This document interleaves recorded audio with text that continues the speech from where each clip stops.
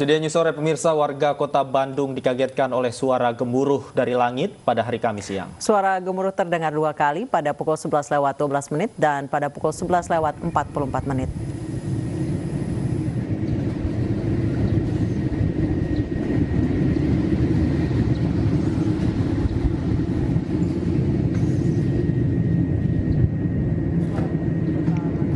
Kamera amatir warga, akun Twitter @audierl mengunggah video yang memperdengarkan suara gemuruh yang terdengar di langit Bandung. Dalam cuitannya, akun ini menduga suara gemuruh berasal dari arah Bandara Hussein Sastranegara.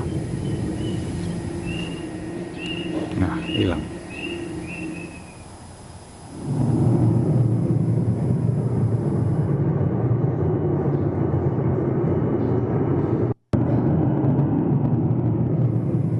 Akun Twitter @siti_masrifdah juga mengunggah suara gemuruh. Disebutkan suara gemuruh mirip seperti suara pesawat. Pemilik akun mereka, video berisi suara gemuruh dari wilayah Sukagali, Sukajadi, Bandung.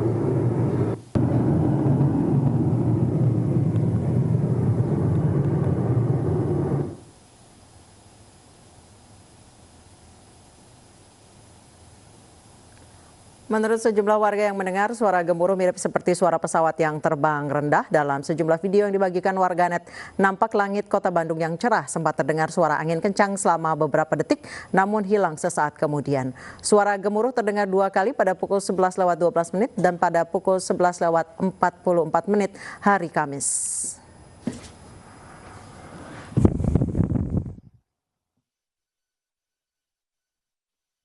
Dan pemirsa, lantas apa penyebab suara gemuruh yang terjadi di langit kota Bandung? Untuk membahasnya sudah bergabung bersama kami Kepala Stasiun Geofisika BMKG Bandung, Teguh Rahayu. Selamat sore Ibu Rahayu. Selamat sore Mbak. Ibu Rahayu, sebenarnya apa penyebab suara gemuruh di kota Bandung yang terdengar 2 kali kemarin? Jadi benar Mbak, kemarin siang masyarakat Kota Bandung, tepatnya di sekitar Jalan Setiabudi dan Jalan Cemara Sukajadi, mendengar suara gemuruh yang berasal dari angkasa seperti pesawat terbang rendah. Namun kami belum bisa memastikan apa penyebab suara tersebut. Yang kami lakukan adalah pengecekan peralatan kami di jaringan seismograf dan tidak ada aktivitas seismik dari pukul 10 sampai dengan jam 12 siang.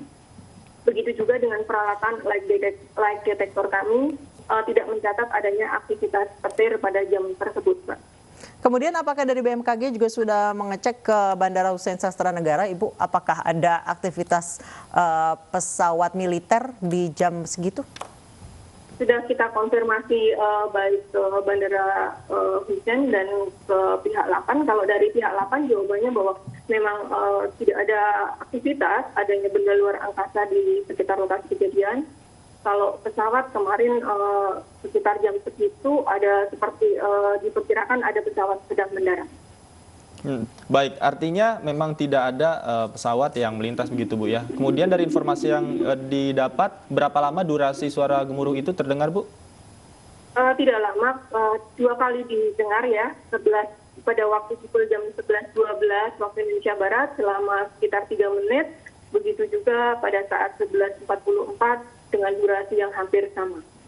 Baik, Ibu Rahayu, apakah ini mirip dengan kejadian suara gemuruh dari langit juga yang terjadi di Malang, Ibu? Kita tidak bisa memastikan apakah sumbernya sama atau suaranya sama, Mbak, karena kemarin informasi dari masyarakat seperti mendengar suara gemuruh pesawat. Baik, apakah kejadian seperti ini pernah terjadi sebelumnya? Pernah, Mbak, di pertengahan akhir bulan Januari di wilayah Ciamis pun masyarakat dihebohkan dengan suara gemuruh. Kalau yang di Ciamis itu penyebabnya apa, Bu? Kami pun tidak bisa Mbak meyakini sumbernya dari mana, tapi peralatan kami juga tidak mencatat adanya aktivitas suara-suara tersebut. Baik, kemudian kemungkinan terjadinya skyquake, Ibu. Apakah dimungkinkan ini menjadi penyebab atau sumber dari suara gemuruh ini? Kalau skyquake kita mesti memerlukan kajian yang lebih mendetail, Mbak, untuk menentukan apakah itu kategori skyquake atau bukan. Baik, beberapa hari yang lalu juga sempat terjadi gempa di beberapa wilayah, salah satunya di wilayah Sulawesi. Ibu, apakah ini berkaitan? Saya rasa kalau gempa kan sumbernya dari bawah ya, sedangkan ini diinformasikan masyarakat adalah sumbernya dari angkasa, Mbak. Baik, kalau misalnya dari kajian BMKG, misalnya ada peristiwa serupa nih Bu, seperti ini.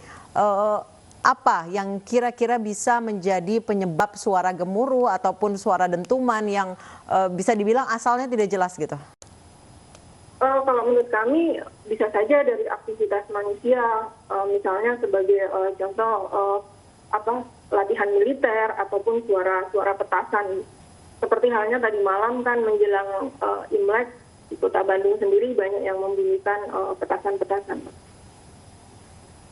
Baik, kalau misalnya dari aktivitas meteorologi dan lain sebagainya, apa yang memungkinkan hal ini terjadi, Bu? Sampai saat ini kita tidak bisa memastikan aktivitas apa ya, tapi seandainya aktivitas petir pun mestinya tercatat di peralatan kami, Mbak. Tapi kenyataannya peralatan kami tidak mencatat pada jam-jam tersebut. Artinya tidak ada sambaran petir di jam-jam yang dikonfirmasi masyarakat mendengar suara gemuruh dari angkasa, Mbak. Baik, terima kasih Ibu Rahayu, Kepala Stasiun Geofisika BMKG Kota Bandung sudah berbagi informasi bersama kami. Selamat sore.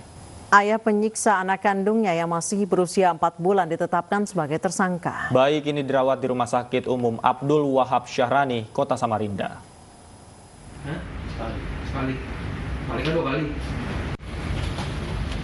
AM ayah yang menyiksa anak kandungnya di Samarinda, Kalimantan Timur ditetapkan sebagai tersangka.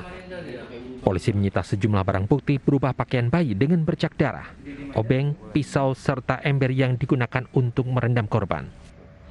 Pelaku menganiaya anak kandungnya yang masih berusia 4 bulan dan istri sirinya yang masih berusia 16 tahun. AM mengaku menganiaya bayi dan istrinya karena kurang perhatian dari sang istri. Pelaku melakukan penganiayaan karena atas motif dia kecewa karena dia merasa kurang perhatiannya terhadap dia. Jadi istrinya selalu memperhatikan pekerjaan dan memperhatikan anak, sedangkan terhadap dirinya tidak diperhatikan.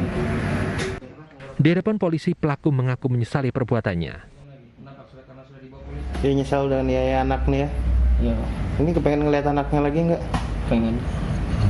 Terus kalau ketemu lagi sama anakmu kamu ngapain lagi? Enggak gitu lagi. Udah gitu kan lagi. Kenapa? Karena sudah dibawa polisi. Enggak kasih. Emang habisnya ketemu sama anakmu lagi? Nah, Saya Korban menderita luka memar di sejumlah bagian tubuh dan kini dirawat di Rumah Sakit Abdul Wahab Syahrani, Samarinda. Sementara pelaku terancam hukuman penjara maksimal 15 tahun. Dari Samarinda, Kalimantan Timur, Fuji Mustopan, iNews melaporkan.